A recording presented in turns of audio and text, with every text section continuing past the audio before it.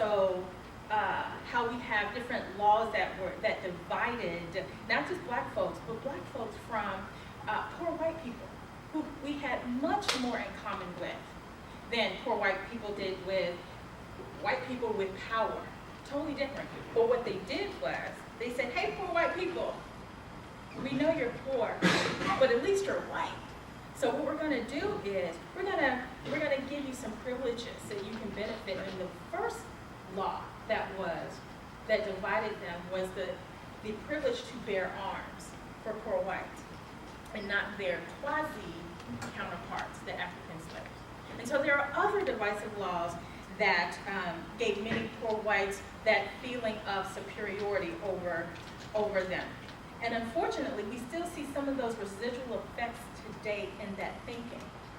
This is why we have some poor white people who love some of their white political candidates, even though they're poor, right?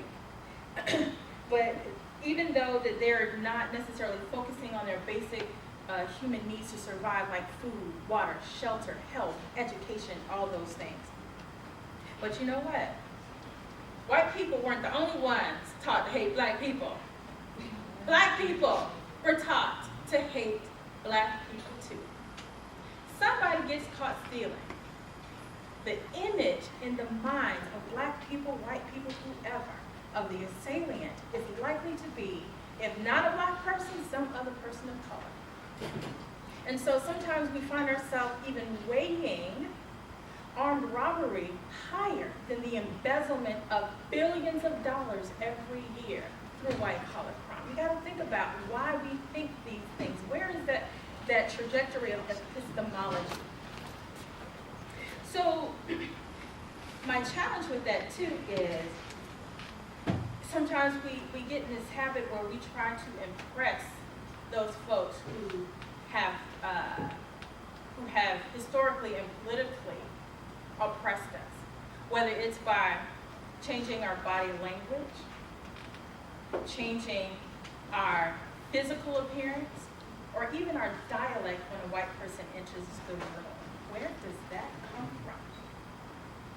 Well, I honor, that might make some of y'all mad with me, but I still love you.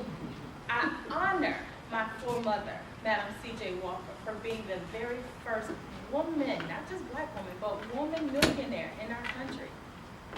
But I do question, critically, the applicability of how some of the products of her ingenuity continue to shame us of our natural, strong, coarse, kinky, versatile hair, where we want to tame it to mimic the folks who oppressed us, right?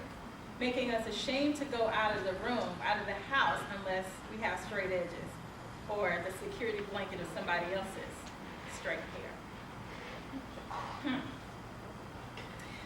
I will say this though, we can't harp on blaming marginalized groups for not being strong enough to break those cycles of profane conditioning quick enough to alleviate their oppressors' guilt. So that's not necessarily the way to go either, but we do have to have these conversations.